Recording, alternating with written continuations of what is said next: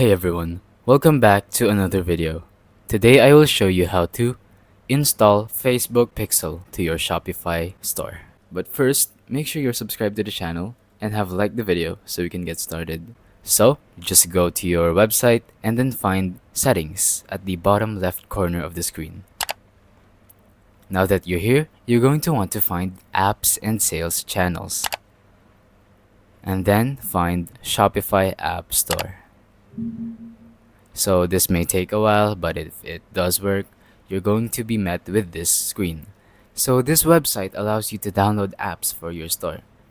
So just simply type Facebook Pixel.